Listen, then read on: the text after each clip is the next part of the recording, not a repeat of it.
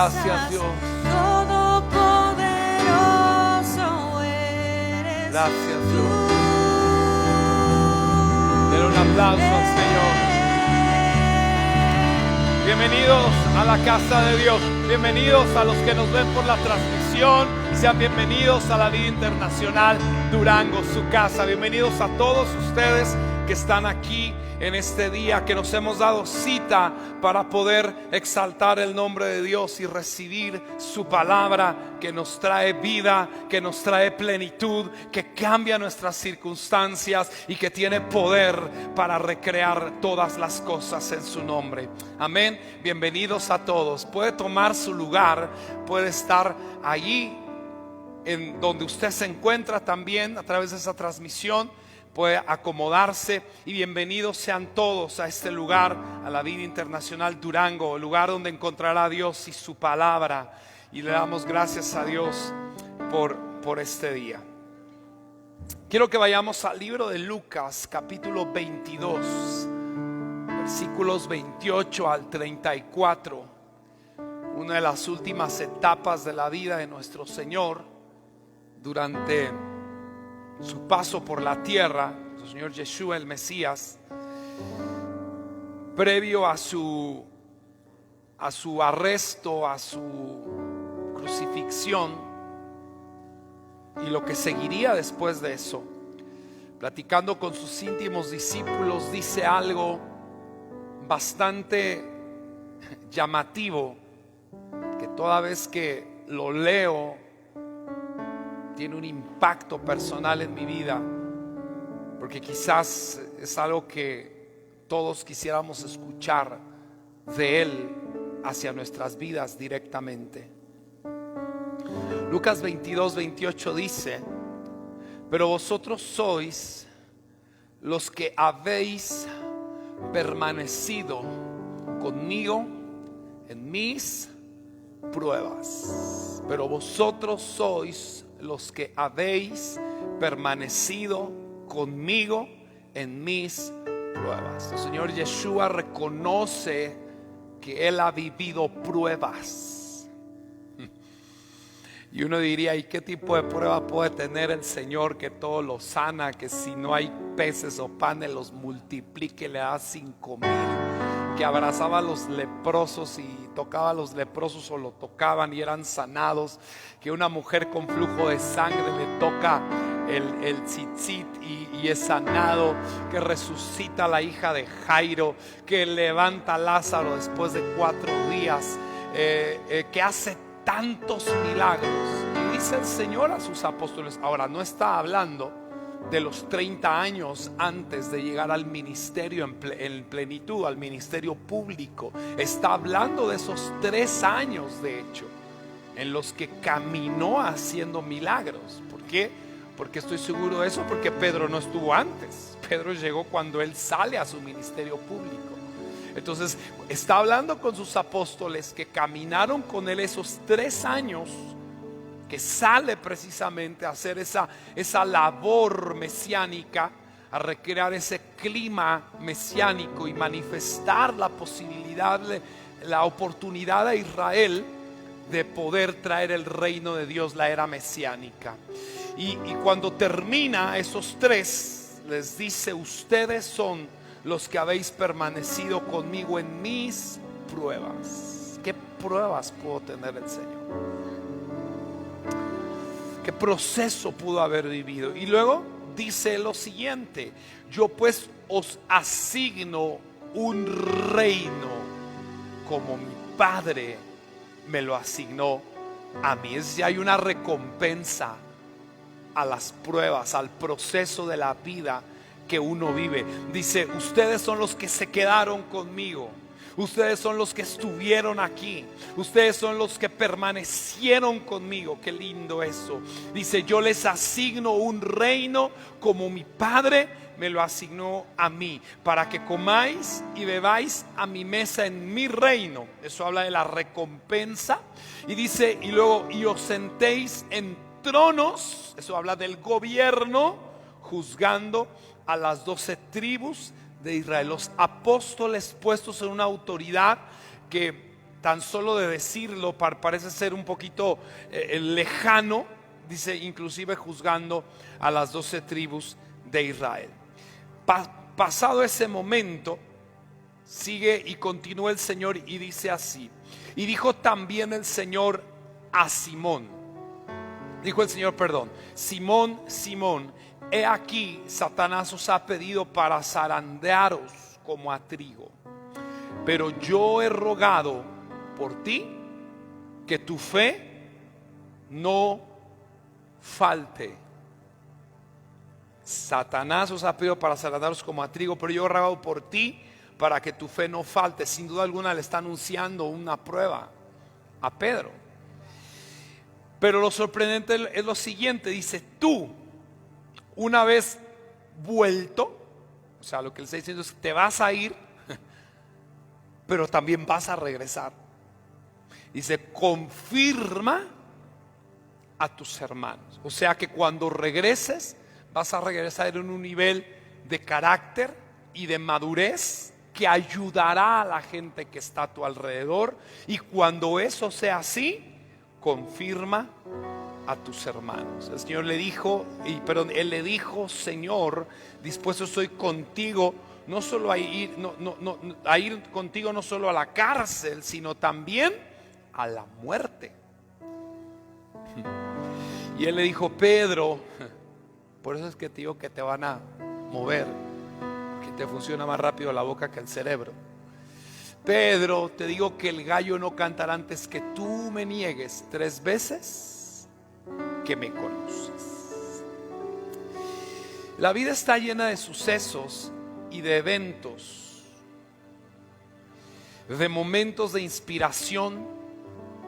A todos nos gustan los momentos de inspiración, cuando uno se siente inspirado, cuando uno se siente motivado, cuando uno tiene un sueño, cuando uno tiene una motivación, una alegría, una aspiración, ¿verdad?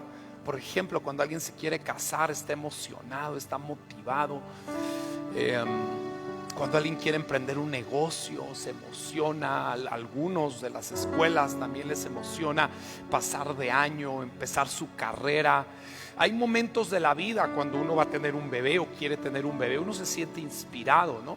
Cada etapa de la vida está conformada por el evento de la inspiración. La inspiración es una parte que la vida tiene como sí o sí parte medular de todo eso. Pero lo desafortunado de esta inspiración es que también, seguido a la inspiración, momentos después de ella, viene algo que se llama el desencanto. Viene la depresión, la desesperación. Ese mismo persona que estaba muy emocionado porque se iba a casar, a los meses ya casado, ya no le ves los mismos ánimos.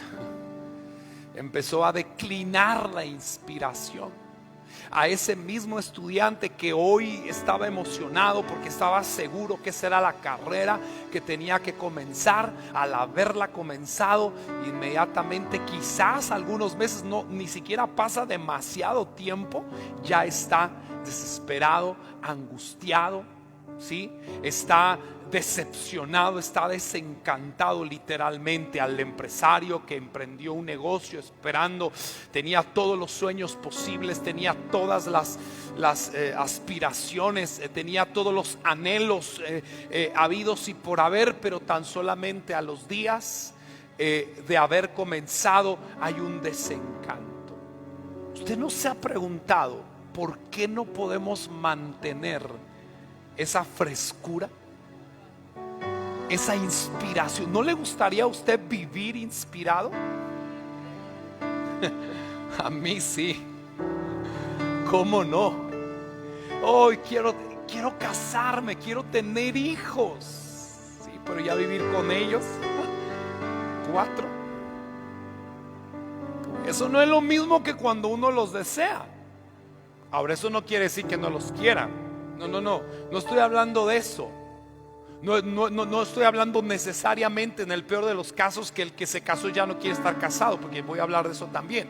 Pero no estoy hablando de eso, simplemente que la inspiración y el desencanto parecen ser un proceso de vida que sí o sí tenemos que pisar.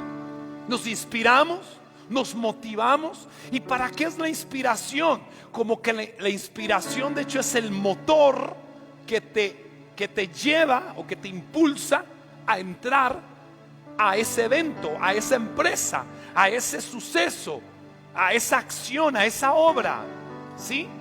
Pero parece ser que junto con esa inspiración también está el desencanto. ¿Podríamos vivir inspirados? ¿Por qué no podemos vivir inspirados? ¿Por qué esa motivación se nos va tan rápido? ¿Por qué somos tan aguados a veces? ¿Por qué somos tan desanimados?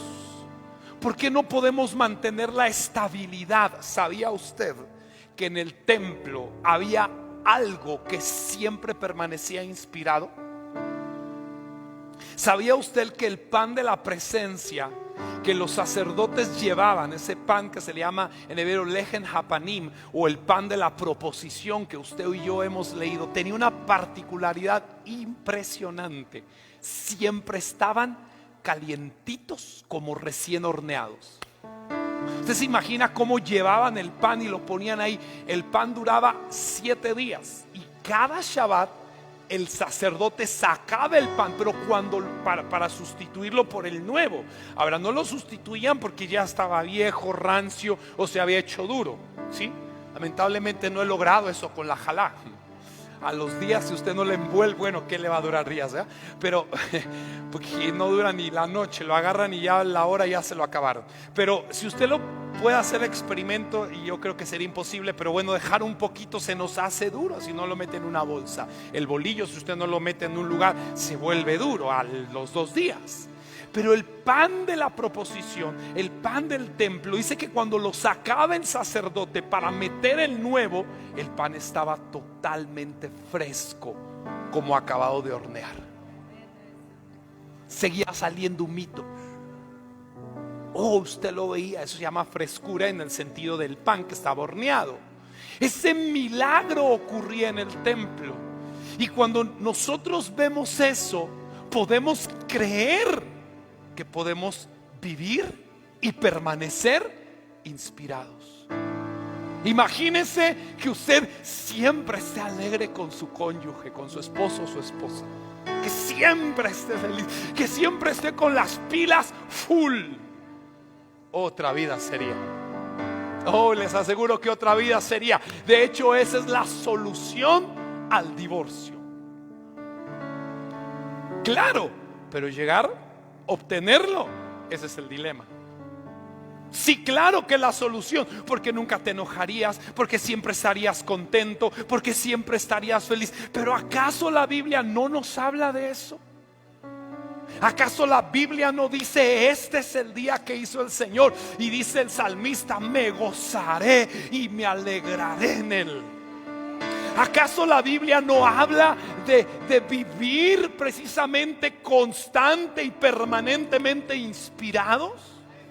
Claro que sí. De hecho, esa es la vida ideal. Aunque la real diste mucho, no debemos de perder jamás lo que es el ideal de Dios para nuestra vida y lo que si creemos podemos alcanzar. Lo peor es que tengamos tantas promesas en la Biblia que contradigan nuestra realidad, pero creamos más en la realidad que en las promesas de Dios. Entonces yo te vengo a decir que la vida de Dios, la vida ideal de Dios que podemos sí o sí alcanzar, es una vida de vivir inspirados, de vivir con esa inspiración. Imagínate que siempre estuvieras contento con tus hijos, con tus padres. Eso si acaso llega para algunos una vez al año, ¿verdad? En las fiestas familiares, que quieren sentirse alegres, pero solo quieren sentirse porque la fiesta termina en un desastre. La inspiración a algunos les llega cuando les llega el dinero. Pero tan rápido el dinero sale de tu bolsa como que quiere correr, se acabó la inspiración. ¿Por qué con dinero estamos inspirados y sin dinero no tenemos ni hálito de vida? ¿Podríamos vivir así? El pan permanecía fresco. Esa frescura nos dice a nosotros que está en una dimensión de lo sobrenatural. Es decir, que humanamente vamos a tender siempre a la desesperación, al desencanto, al desánimo, a la angustia humanamente. Pero si podemos entrar en esa vida sobrenatural, en esa vida que de hecho es la dimensión a la que debemos accesar, al reino de Dios, vamos a poder alcanzar esa inspiración. Escuche esto. Nuestro pueblo, cuando fue sacado de Egipto, recordará que llega Moisés con brazo extendido, haciendo señales, haciendo maravillas, y el pueblo empieza a vivir un despertar. El pueblo empieza a decir: wow, de la esclavitud, de hacer ladrillos, de vivir esclavos allí. Llega Moisés y les dice: Dios los ha escuchado, llegó el momento de la promesa. Las mujeres dicen: wow, qué tremendo, siempre lo habíamos creído. Y entonces Faraón se pone duro, pero dice Dios: dile al pueblo que no se preocupe, porque yo voy a traer 10 plagas. Y vienen las 10 plagas, que para Egipto eran plagas, pero para Israel eran milagros. Entonces imagina el río, en sangre, pero ellos agarraban un vaso y tomaban de ese mismo río y en su mano se convertía en agua. Usted se imagina presenciar ese milagro. Te inspiraba, te decía: Dios, estoy contigo. Te decía que Dios te iba a sacar, te decía que Dios te había escuchado. Un milagro sirve para poder inspirar a la persona a creer que lo que se le está diciendo es verdad. El mensaje de Moisés fue apoyado con 10 milagros para Israel, con 10 plagas para Egipto.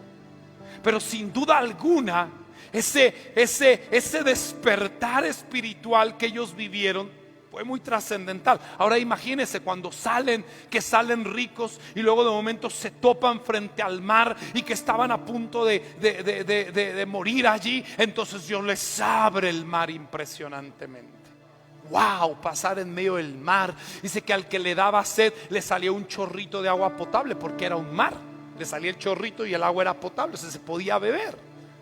Entonces dice que caminaban y entonces se veían el uno al otro y estaban contentos. Cuando terminan de este lado, el mar se cierra, ven a sus enemigos morir frente a ellos. Pero ¿qué dice Éxodo 15:22? E hizo Moisés que partiese Israel del mar rojo. Tan pronto como la dimensión de lo milagroso terminó, mire lo que pasa. Entonces hizo Moisés que partiese Israel del mar rojo. Estamos ubicados en el evento en el que el mar se acaba de cerrar y ellos ven que sus enemigos están allí destruidos literalmente. Escuche, salieron del desierto de Shur y anduvieron 3 días por el desierto sin hallar agua. Y llegaron a Mara y no pudieron beber las aguas de Mara. Yo creo que la mayor frustración es esa. Una cosa es no tener agua y otra cosa es tenerla y no poderla beber. ¿Sí? Oiga, y dice: y no pudieron beber las aguas de Mara porque eran amargas, y por eso le pusieron el nombre de Mara. Entonces el pueblo murmuró contra Moisés y dijo: ¿qué hemos de beber? Y Moisés clamó al Eterno y el Eterno le mostró un árbol y lo echó en las aguas. No, yo pensé que le mostró un terrón de azúcar. Un árbol. Bueno, suena lindo por el mes de Shevat y el año nuevo de los árboles. Pero un árbol, a ver, échele un árbol a su café. Creo que la vas a ver peor. Si lo que quieres es endulzarlo. Lo echó en las aguas. Y las aguas, porque lo que endulza no es el azúcar, lo que endulza es la orden de Dios.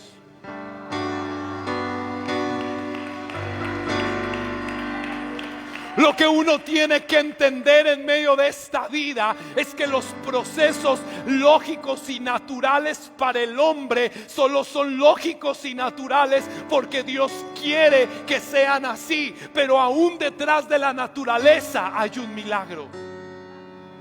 La naturaleza misma es un milagro.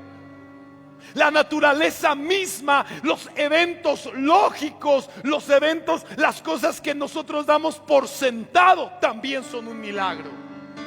Que estés aquí, que tu corazón palpite, que puedas respirar, eso, señores, es un milagro. Aunque lo demos por sentado, aunque no brinquemos por la vida como brincaríamos si nos pusieran $1.000.000 en la bolsa. Pero créame que la vida es más milagro que el $1.000.000. ¿Qué pasa con Israel? Ahora, vea esto, dice que murmuraron contra Israel, contra Moisés. Ahora quiero regresarme un poquito, voy a regresar a la película. Voy a ir a Éxodo 14:31. Vea tan solamente en el episodio anterior. Vea, ¿qué dice? Éxodo 14:31.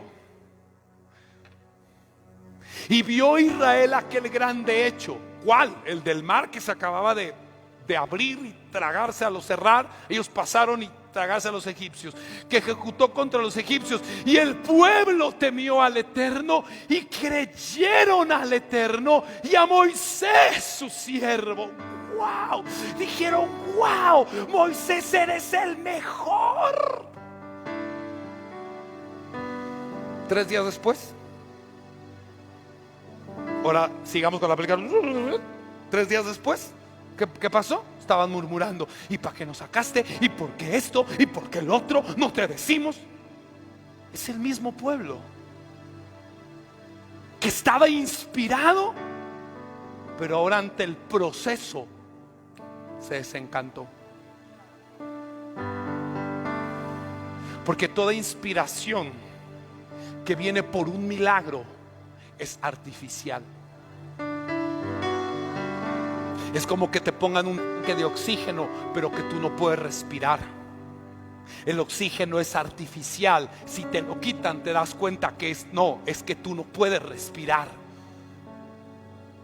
Pero Dios usa milagros para inspirarnos. ¿Para qué? Para mostrarnos cómo pueden ser las cosas. Después nos lleva a un proceso. ¿Para qué? Para que la inspiración ya no sea artificial,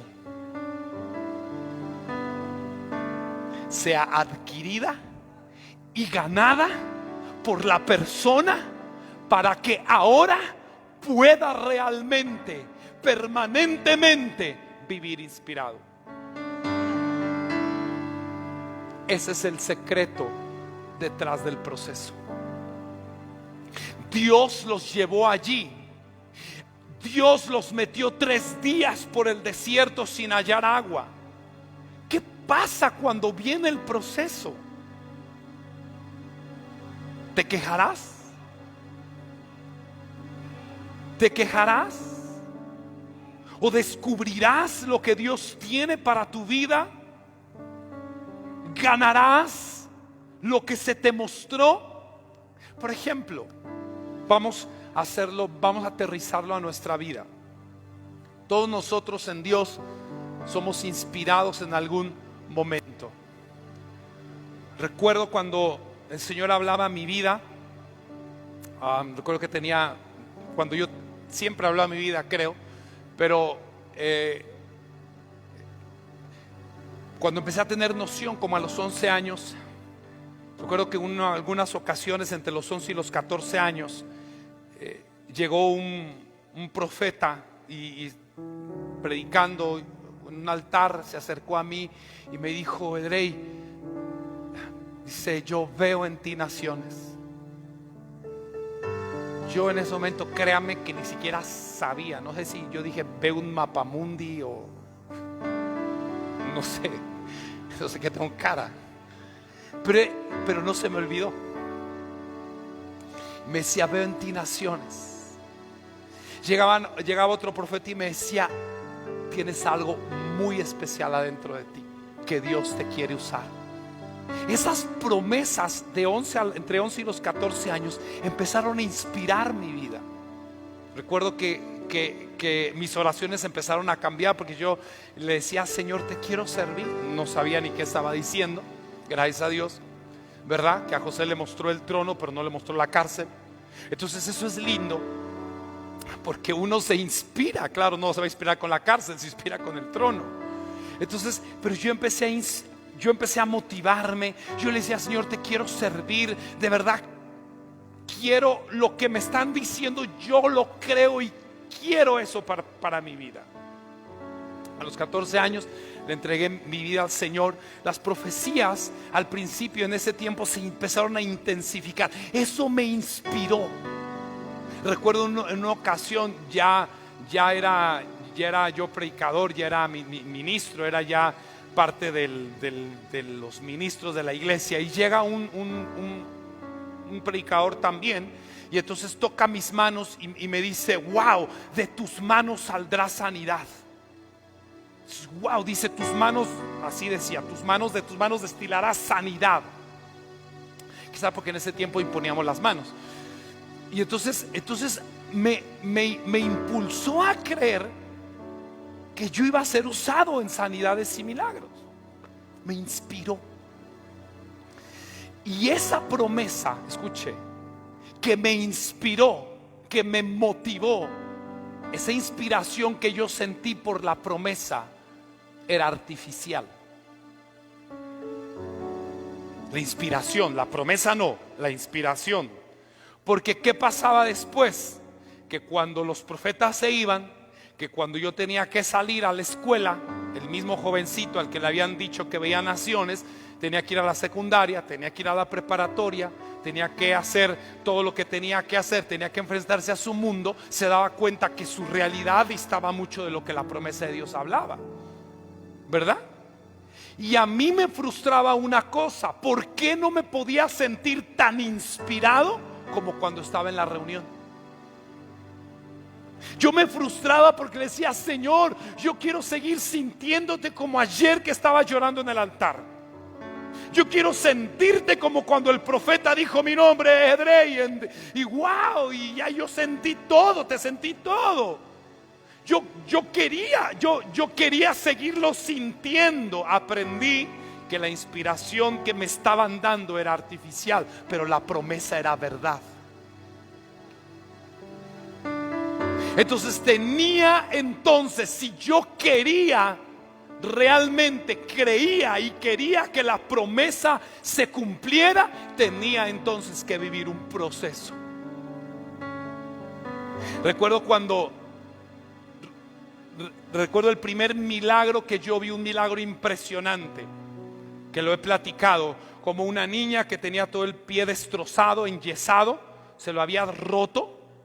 Recuerdo, no sé, como 16, 15 años, oré por ella y le dije, el Señor te sana en este momento. Y lo creí, y la niña lo creyó más, una niña como 14 años, que me quedé impactado. Y entonces fue en ese momento, se fue a su casa, agarró un cuchillo y se rajó la férula, el yeso que traía puesto. Al poco ratito andaba corriendo. Después de ese momento pasaron años y no volví a ver un solo milagro. Unos 8 años. De hecho, veía lo contrario: por el que lloraba se moría. Sí, ya cuando querían enviar a alguien rápido me llamaban. Decían, pastor, venga por favor, porque no le queremos decir a mi abuelita, pero queremos, pues ya, ¿verdad? Y situaciones así. Yo, por los siguientes, quizás no exagero, pero déjeme redondearle, 8 años no volví a ver un solo milagro. Yo decía, Señor, pero si tú me dijiste, si yo vi el milagro, ¿qué pasó? Me metió a un proceso donde lo que me había dado no fuera artificial, sino fuera algo que me había ganado. Nuestro pueblo fue puesto inmediatamente en el desierto. ¿Por qué? Porque entre la tierra prometida, entre la promesa y el cumplimiento, hay un desierto en medio. Se llama proceso. Se llama proceso. Para que aquello que te motivó, para que aquello que te inspiró, ahora tú puedas producirlo dentro de ti. A nosotros nos gusta que los factores externos a nosotros nos inspiren. El proceso es para que nosotros seamos nuestra propia inspiración. Si nosotros proyectemos, nosotros hagamos, nosotros creemos nuestra propia inspiración basada en la promesa de Dios. Nuestro pueblo Israel inmediatamente fue puesto en el desierto. ¿Y qué sucedió? Queja tras queja, queja tras queja. Números 14 del versículo al 23 dice: entonces el Eterno dijo: yo los he perdonado conforme a tu dicho, mas tan ciertamente vivo yo y mi gloria que llena toda la tierra, que los que vieron mi gloria y mis señales que he hecho en Egipto y en el desierto, que me han tentado ya 10 veces, las mismas que fueron puestos a prueba. Ahora, ¿no le parece curioso que sean 10 las plagas, 10 los milagros y 10 las pruebas? Quiere decir que con cada milagro que recibes va a haber un proceso. ¿Para qué? Para que esa inspiración que recibiste por el milagro se quede contigo por el proceso. ¿No te gustaría ser una persona inspirada constantemente? ¿No te gustaría que todo lo que hagas siempre esté floreciente, fresco, tú estés motivado, alegre, inspirado, bendecido, que realmente puedas ser una persona que brille la gloria de Dios en tu vida? El proceso va a sacar eso de adentro de ti. La promesa es la que te va a motivar, te va a llamar y te va a decir: esto es lo que quiero lograr en tu vida. Pero una de las cosas más extraordinarias que tenemos que entender es que el proceso que Dios tiene para nuestras vidas es para ayudarnos a vivir en esa inspiración de Dios. Y créame con lo que le digo, el problema más grande del siglo XXI no es el COVID. El problema más grande, la enfermedad más grande es la depresión y la angustia. Es el desencanto. Es que el hombre se siente frustrado y busca afuera de sí mismo motivarse. En la fase 1, Dios se manifiesta de un modo sobrenatural para mostrarte lo que puede pasar si puedes creer en Él, para decirte lo que puedes lograr en Él, para decirte lo que Dios quiere hacer a través de tu vida. Te viene a inspirar, te viene a motivar, te viene a decir: vamos, yo quiero hacer algo contigo. Tú despiertas, tú dices: amén, yo quiero prosperar, yo quiero salir adelante. Pero hoy te vengo a decir, pero en el medio de la promesa y su cumplimiento hay un proceso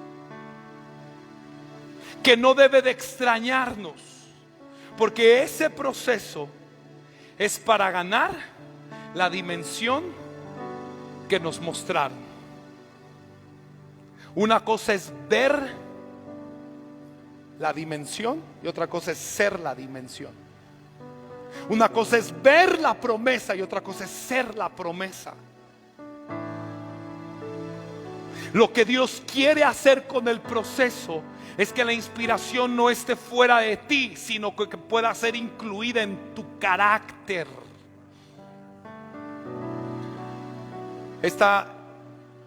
esta sociedad, esta generación del siglo XXI está culturizada a través del romance. ¿Sabe usted que la palabra romance no existe en toda la Biblia? ¿Pero qué es el romance? Vamos a ver una película romántica. A todo mundo le gustan las películas románticas, porque termina cuando la vida empieza. Todas terminan cuando la vida real empieza. ¿Cómo terminó la película? Que se casaron. Tú dices, y la vida real, ahí comienza todo, chiquito. O sea, no te platican el proceso, solo te platican la inspiración. Pero a todo mundo, qué bonita está. ¿Viste cómo le dijo? Y estamos así. Ya después se inventó la romaacción, ¿verdad? Romance y acción, pero toda película tiene que tener romance para que pegue. Nos gusta el romance, nos gusta ser inspirados por el romance, nos gusta lo romántico. Pero ¿sabes cuál es el problema del romance? ¿Sabes cuál es el problema más grande de vivir una vida romántica? O de aspirar a una vida romántica, o ser doctrinado y culturizado por una vida romántica, que el romance siempre busca romance.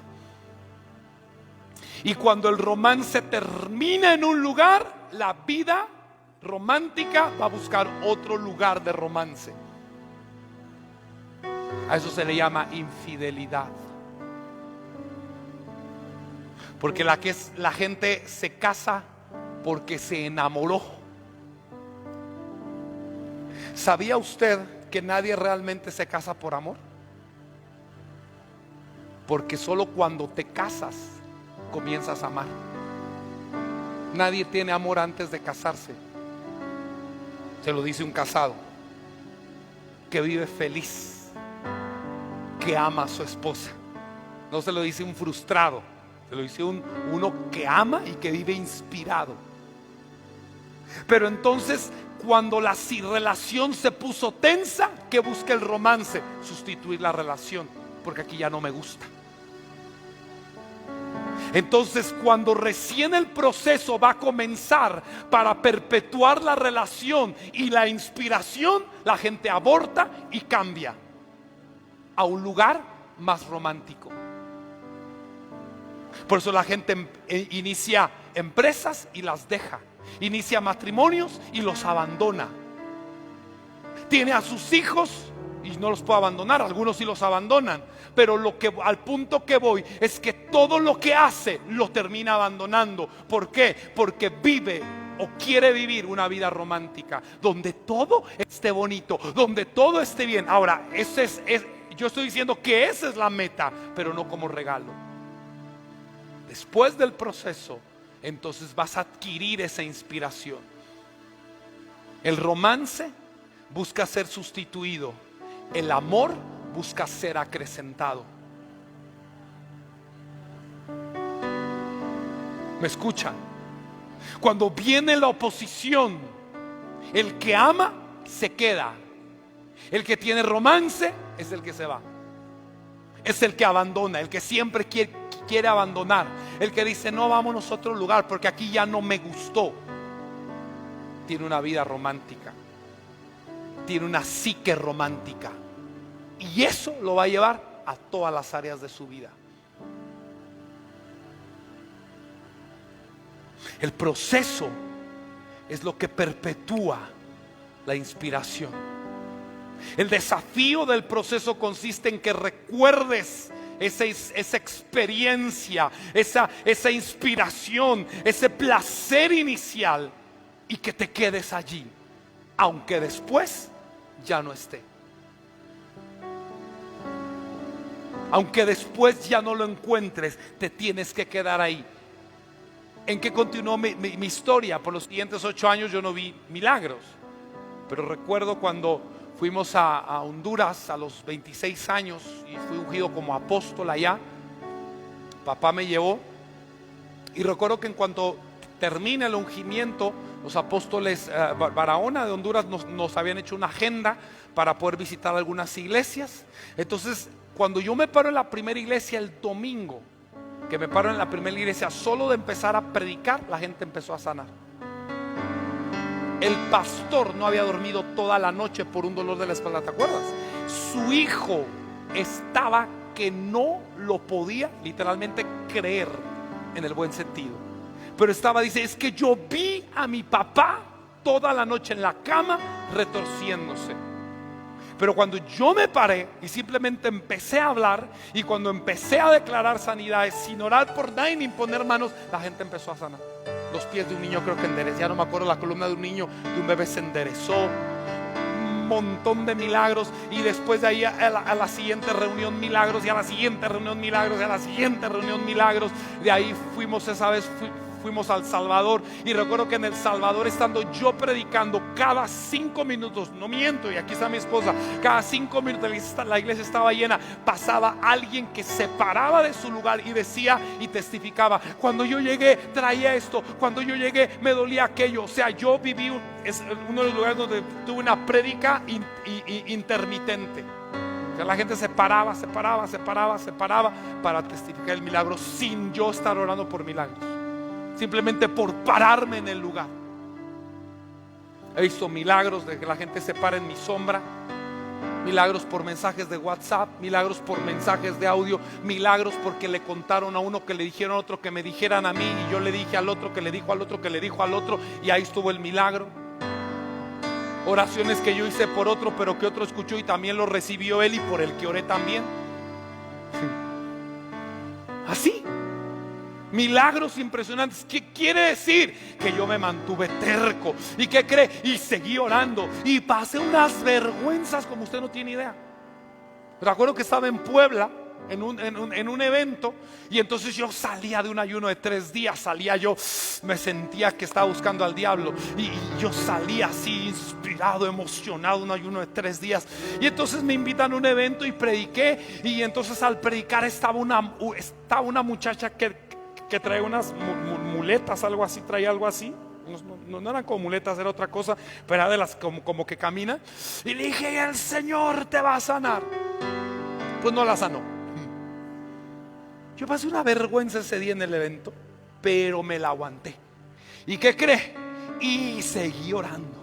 ¿Y qué cree? Y por 8 años yo no dejé de orar, aunque se murieran, aunque se enfermaran más, aunque pasara vergüenzas, porque yo le creí a Dios. ¿Qué pasa cuando experimentas el proceso? ¿Lo dejas? Eso es romance. Eso es romance. Yo me enlisté en el ministerio. A los 17 años me mandaron a pastorear a Puebla. Uy, no, al principio, y así lo definió un pastor: no es que, mire, cuando llegas a toda iglesia que te mandan, me decía el pastor, al principio es bendito el que viene en el nombre del Señor. Para los 8 días es crucifíquenle. Y me decía: no te preocupes, tú estás en la etapa de crucifíquenle. Porque le dije: es que cuando llegué todo estuvo bonito, yo estaba frustrado, tenía 19 años, habían pasado unos 2 años más o menos de yo estar predicando en la iglesia, estar pastoreando en la iglesia. Imagínense, 17 a 19 años, algunos de la edad de los que tienen acá. 17 a 19 años yo era pastor general de una iglesia de 50 años. Pero ese era el proceso que Dios me dio. Y llegué, y al principio qué bueno el pastor, pero a la mitad del tiempo me querían matar todos. Me quedé, aguanté, seguí, continué hasta la fecha. Y aprendí que si Dios me da una palabra, yo tengo que vivir el proceso de la palabra. Oiga esto: hay 5 procesos que yo he aprendido que todo ser humano va a experimentar en la vida de Dios. Y uno de los primeros procesos es uno que casi todo el mundo ignora, pero yo se lo voy a decir hoy, ya con la experiencia de vivir. Y es el proceso de la fe. ¿Sabía usted que cuando usted le dan una promesa, lo primero que le va a salir a resistir es la fe? Usted dice amén a la promesa y dice la fe amén.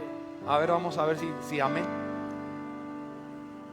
Y entonces las primeras situaciones que experimentas es acerca de si crees verdaderamente en la promesa. Mira el texto, Salmo 105 versos 16 al 19. Trajo hambre sobre la tierra, oiga esto, y quebrantó todo sustento de pan. Está hablando del momento de la hambruna en los días de José. Envió un varón delante de ellos, a José, a Joseph. Fue vendido por siervo. Afligieron sus pies con grillos. En cárcel fue puesta su persona. Qué lindo. ¿Hasta cuándo? Hasta la hora que se cumplió su palabra. O sea, hasta el día en que la palabra se tenía que cumplir. Y dice ahí adelante, el dicho del Eterno lo probó.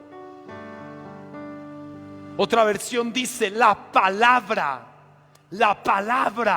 del Eterno lo probó. Él tuvo un sueño. Y José lo creyó porque lo platicó. Ok, ¿lo crees? Eso es porque estabas emocionado. Cuando sales a la vida, lo primero que te va a confrontar es tu fe. Es la fe. A ver si tienes fe. Nosotros decimos que sí. ¿Tú le crees a Dios? Ah, no, claro que sí. Bueno, vamos a ver qué haces cuando no pasa nada. Vamos a ver qué haces cuando la promesa que se te dio en tu vida sucede todo lo contrario. Porque ahí te estás dando cuenta que estás viviendo un proceso de fe. Como aquel que empieza a diezmar porque le dijeron que va a prosperar. Y comienza a diezmar, ¿y qué creen? Todo lo contrario. Y que dice, ahí estás, y cuando yo diezmo me va peor. No, no es que no te va peor. Es que estabas en tu proceso de fe y lo abortaste. Pero ¿qué pasa con aquel que se queda? Que se mantiene. Una de las promesas que Dios me dio, o me decía, o me hablaba, era que el Señor me iba a prosperar. Y uno a veces prefiere que no le digan nada a los profetas, si sabe uno lo que después se va a enfrentar. Y cuando me decían que iba a prosperar, económicamente me iba peor. Pero yo le creía a Dios. Sellé, levanté pactos, levanté votos. Hice lo que usted no tiene idea. Pero el punto no es hacer, sino que cuando haces te quedas parado allí. A Abraham le dijeron que iba a tener un hijo. No, que su descendencia iba a ser como ¿qué? Como las estrellas del cielo. ¿Y qué pasó? Todo lo contrario. Porque la fe te viene a resistir. Porque uno de los primeros procesos que tenemos que tener es que cuando Dios te habla de algo, muy probablemente suceda todo lo contrario. Pero no te extrañe. Tú dices, qué padre, llegó mi proceso de fe. Si papá, tú vas a decir, si pasó 8 años que no vio ni un milagro y hoy hay milagros y maravillas, Dios también lo puede hacer conmigo. Porque Dios no va a fallar a su palabra, pero necesitamos vivir los procesos. ¿Qué pasaría en la vida? Yo sé que a nadie nos gustan los procesos, porque a todo el mundo nos gustaría que no hubiera procesos. Pero dígame usted sinceramente, ¿qué pasaría en la vida si no hubiera procesos? Es decir, que si alguien desea algo, al día siguiente se le concediera, porque no hay proceso. Por ejemplo, hoy dice un joven, yo quisiera ser doctor. Y mañana le está hablando la universidad local y le dice, venga por favor por su título, porque ya se emitió el título de doctor. Y pasado mañana ya está en quirófano. a punto de operar a alguien, y que fuera alguien de nosotros, ¿le gustaría que ese doctor lo operara? ¿Por qué? Si ya tiene título, pero no tiene proceso. ¿A alguien le gustaría que ese doctor lo operara, a su familiar o a alguno de ustedes? Pero ¿por qué si tiene título? Si tuvo un muy buen deseo, él quería ser doctor y se lo dieron. ¿Nos pondríamos en las manos de un hombre o de una mujer que no tenga proceso, aunque tenga un título? ¿Me oye? Nos pondríamos, confiaríamos. ¿Por qué confiamos en el doctor? Porque usted no sabe los libros que se lee. Porque usted no sabe que en esos 5 a 7 años, ¿cuántos años son, Luis, para titularse? ¿Mande? 8 años para titularse un doctor. Y pregúntenle a Luis cuántos libros se tiene que leer, cuántas tareas tiene que hacer, cuánto dinero tiene que invertir. Usted dice que los doctores ganan un montón, sí, pero lo que usted no vio es todo lo que sacrificaron para llegar allí. ¿Me oye? Y usted también invierte lo mismo, solo que comiendo puerco. O sea, usted invierte para arruinarse la vida, pero él invierte para titularse y curarlo. Por eso usted le tiene que pagar a él. Usted come, invierte para destruirse el cuerpo, y ellos invierten para sanarlo. Entonces, 8 años, imagínense, es un proceso largo. Pero ¿por qué confiamos en el que se llama doctor? Porque sabemos que vivió esos 8 años. Aparte de su kinder, su primaria, su secundaria y su bachillerato. 8 años. Y si se va a especializar, ahí se va a aventar otros 4 o 5. 30, 32 años, un excelente doctor. Pero atrás de él hay un largo proceso. ¿Por qué nos ponemos en las manos de ellos? Por su proceso. No por su título, por su proceso. ¿Me está oyendo? Entonces el hombre no quiere vivir procesos. ¿Por qué no quieres vivir el proceso de tu fe? Tienes muchas promesas, pero dime de cuántas de ellas las has llevado a proceso. Solamente deseas ser grande, pero no te sometes al proceso de serlo, de manifestarlo. Se te ha hablado de que Dios te va a prosperar, pero cuando sales de aquí y ves lo contrario, abandonas, porque te gusta el romance. ¿Sabes qué encontré? Que hubo un hombre que amó y que hizo algo por una mujer a la que amó. Y dice la Biblia que por cuanto amaba, el proceso se hizo corto. Génesis 29:20 dice: y así sirvió Jacob por Raquel 7 años, y le parecieron como pocos días. ¿Por qué? Porque la amaba. ¿Cómo es que el proceso se vuelve sencillo? Cuando aquello por lo que está siendo procesado lo amas. Lo amas. ¿Usted cree que simplemente es desear tener un hijo y ya? No, se tiene que vivir un proceso de 9 meses de cuidado. ¿Usted cree que solamente ya nació tu hijo y ya? No, tienes que vivir para educarlos. No ponerle una tableta para que se queme las neuronas todo el día. No es para entretenerlos, es para educarlos. Si quieres que lleguen a ser grandes. Tenemos sueños, pero no tenemos procesos. Tenemos anhelos y tenemos promesas, pero no tenemos los procesos. No confiaríamos en nadie, ni nos pondríamos en las manos de nadie que no tenga un proceso. ¿O sí? ¿Qué le puede decir una persona? ¿Qué le puede enseñar una persona que no tiene proceso? Y que se pare aquí, que le diga: uy, hermano, a mí como Dios me habla, me dice que soy grande. Y acaba de llegar hace un mes. Y se ha ido como 50 veces al mundo y regresa, va y viene, va y viene, va y viene. No tiene un proceso. ¿Confiarías? ¿Te pondrías en la administración de un hombre así? ¿A quién escuchamos? Aquellos que tienen un proceso atrás de ellos. ¿Me sigue? Aquellos que los respalda su fe. Aquellos que no es que tienen promesas, porque yo creo que puedo agarrar la Biblia de que está llena de promesas y tomarlas todas para mí. No, pero ¿de cuál de todas ellas las estoy manifestando? Porque tengo proceso en ellas. Y esa parte es importante, que todos nosotros podamos mirar y podamos, como Jacob, amar nuestro tiempo en el que estamos siendo procesados. Es difícil, pero es necesario.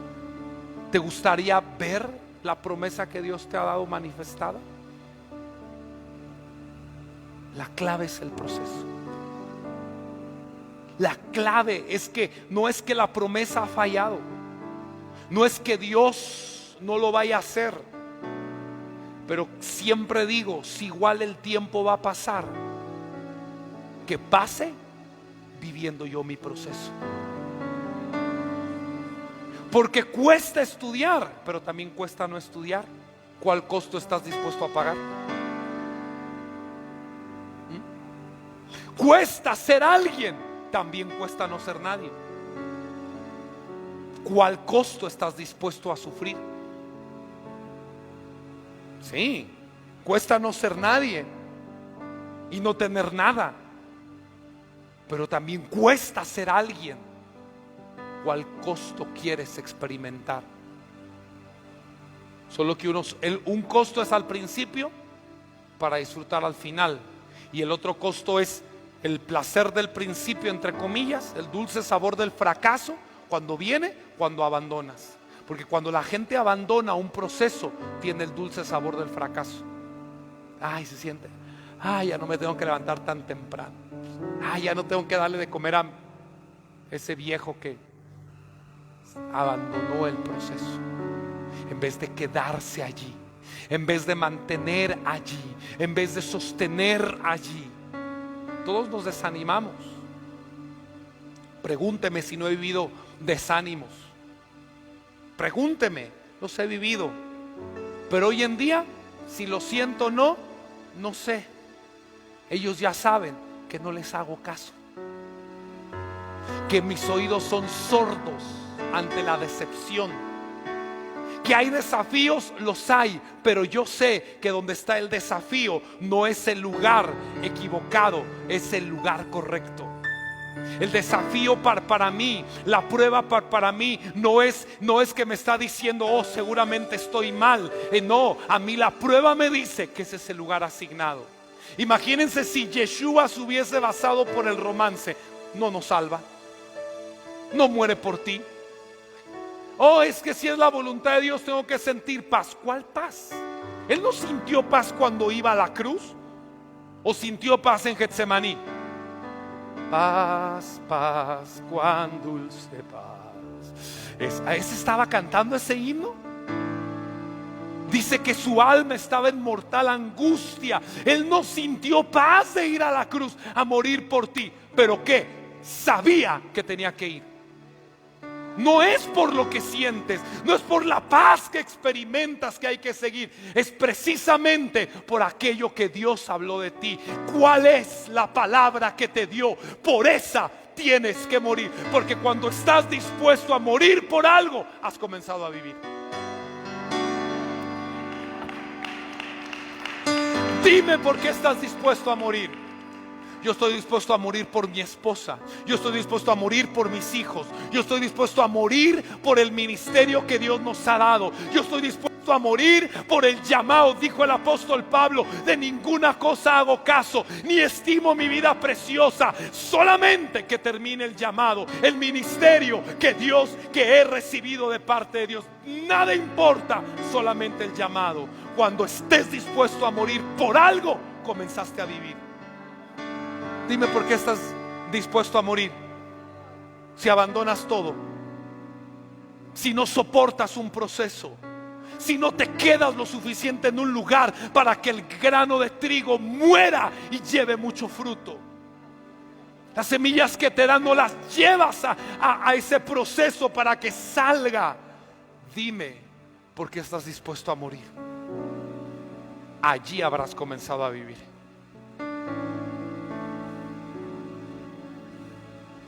Han pasado 22 años del día que le entregué a mi vida al Señor.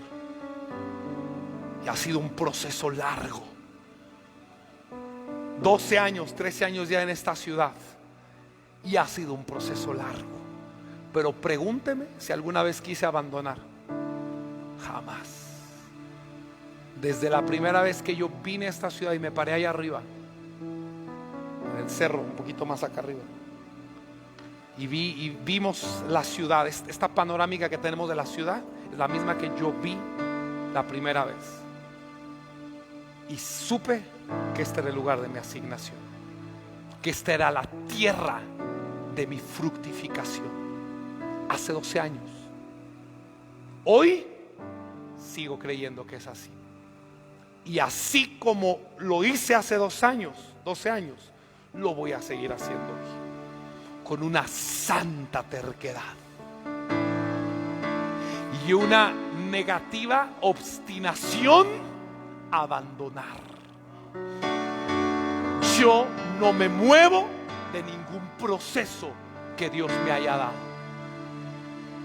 porque sé que solo así vamos a poder vivir inspirados. Solo viviendo el proceso voy a poder levantarme todos los días y decir: gracias, Señor, por la vida que me has dado. Gracias, Señor, por haberme llamado al ministerio. Gracias por la esposa que me has dado. Gracias por los hijos. Gracias por la iglesia. Gracias por el lugar.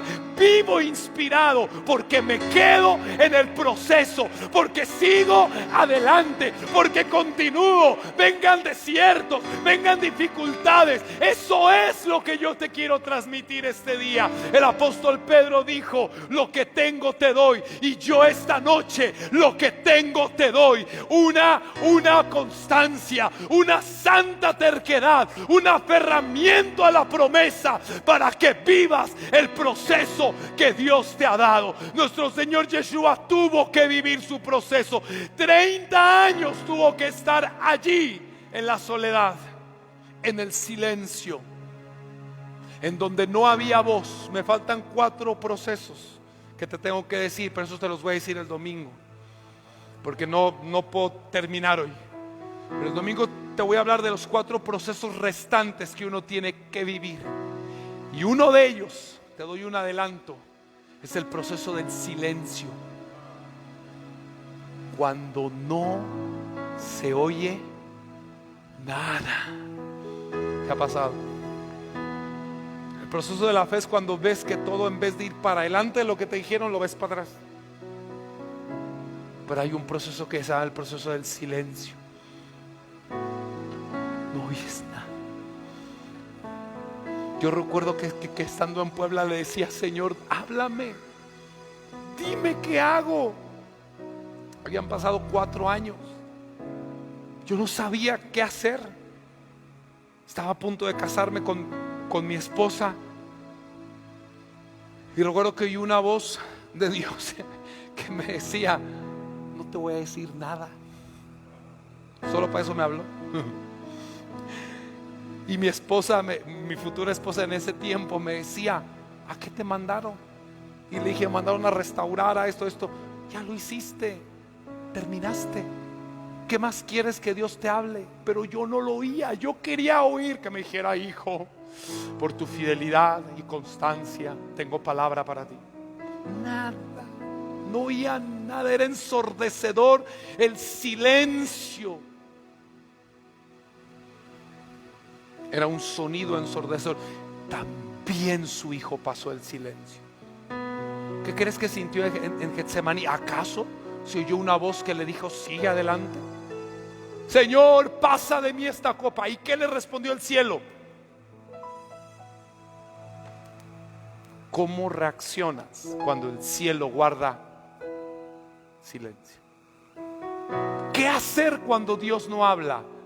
¿Quieres que te diga? Ven el domingo y te voy a explicar qué hace uno en su proceso del silencio, porque lo vamos a vivir y tenemos que experimentarlo. Si queremos vivir la inspiración, si queremos amar la vida que Él nos ha dado, si queremos ver las bendiciones de Dios, si queremos ver las promesas cumplidas. Yo no sé si estoy hablando con alguien hoy aquí correctamente. Si queremos ver que la palabra de Dios se cumpla. Y mire, no solamente usted, el mundo necesita ver lo que Dios hace con un hombre o una mujer que están dispuestos a creerle. El mundo solo ve fracaso, el mundo solo ve ruina, el mundo está viendo decepción, el mundo ve la iglesia y ve hipocresía. Pero es tiempo de que se levante una iglesia genuina, que esté dispuesto a mostrarle al mundo lo que Dios puede hacer con personas que le creen firmemente a Dios. Ponte de pie. Ponte de pie. Oh, ponte de pie y dile a Dios que te ayude. Quizás has alterado tiempos, quizás has alterado procesos, pero Dios me dice que si te quedas, Él te va a ayudar. Y lo que te prometió se va a cumplir, iglesia. Solo no te muevas. Pensamientos de bien y no de mal, dice el Señor. Planes de bien y no de mal. Gracias, Dios. Gracias, Dios. Para esta hora he llegado, que me ha costado creer. Gracias, Dios. Planes para hoy mejor. Yo creo en tu palabra. Yo creo en tu palabra. Yo creo en tu palabra. No me voy a mover. No me moveré. Seguiré hasta el final. Para esa hora he llegado, aunque me ha costado creer. Entre sus planes para hoy mejor. Oh, gracias. Oh, gracias. Gracias. Algunos de ustedes hoy necesitan fortaleza. Algunos de ustedes necesitan decirle a Dios: Señor, necesito llevar a proceso mis promesas. Necesito llevar a proceso las palabras que has hablado de mí, que no las he visto cumplidas. Hoy decido dejar a un lado el romance y quiero amar como tú amas. Decido dejar a un lado esa zona de confort y romántica. Decido quedarme. Ahora he llegado, para este tiempo nací. Muéstrale al mundo lo que puedes hacer con alguien que te cree, con alguien que te teme. Oh, aquí estoy. Aquí estoy. Aquí estoy. Para esta hora he llegado, para este tiempo nací. En sus propósitos eternos yo me vi.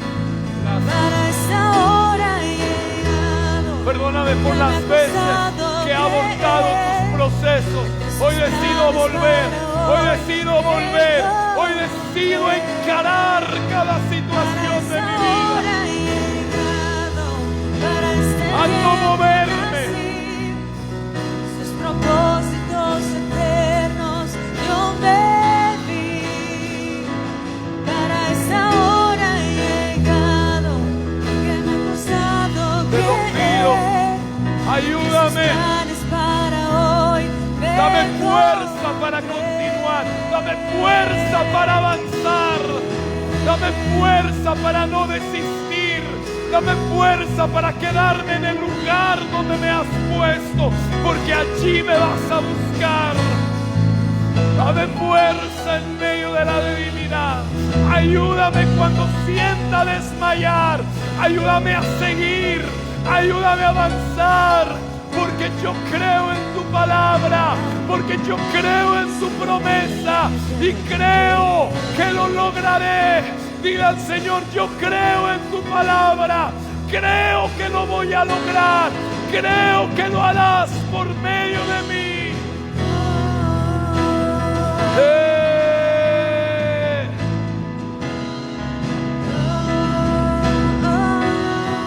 Gracias, Dios.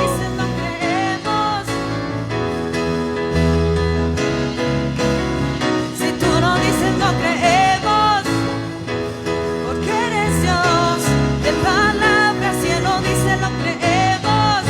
Sí, Señor. Si tú no dices no creemos, porque eres Dios de palabras. Gracias, Dios. Padre, oro por todos en este lugar y aquellos que nos están mirando. Solamente tengo una pregunta para ti. ¿Hay alguna promesa de Dios que quieras ver cumplida? ¿Hay algo que Dios te ha hablado? ¿Hay algo que se te profetizó en alguna ocasión? ¿Hay algo que Dios dijo de ti? Quiero que lo traigas a tu memoria. A ti que me estás mirando por la transmisión, ¿hay algo que Dios habló de ti? Yo quiero orar por tu vida para que Dios te ayude a seguir el proceso que tienes que seguir para que esa promesa pueda ser manifestada por medio de tu vida. Padre, bendigo a tu iglesia. Bendigo a los que nos están mirando por la transmisión.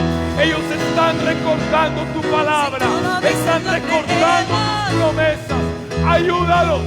Ayúdalos.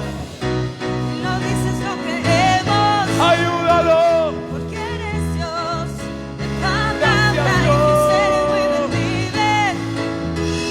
Oh, oh, oh, oh, oh. If you said it, we believe it.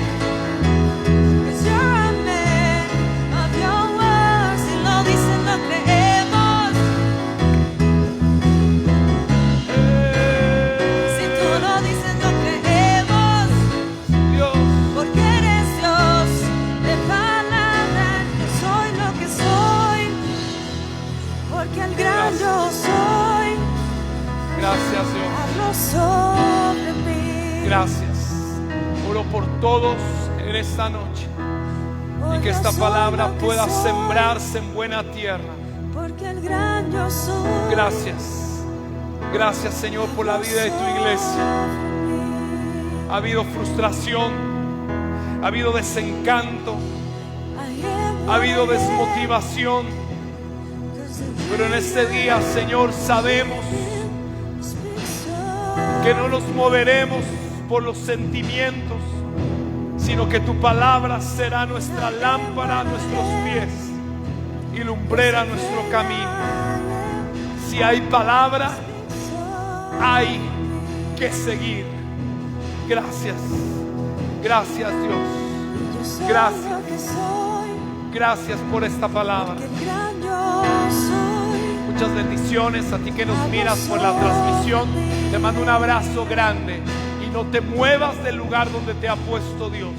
Si crees que estás desmayando, no te muevas, porque ha llegado el tiempo de tu manifestación.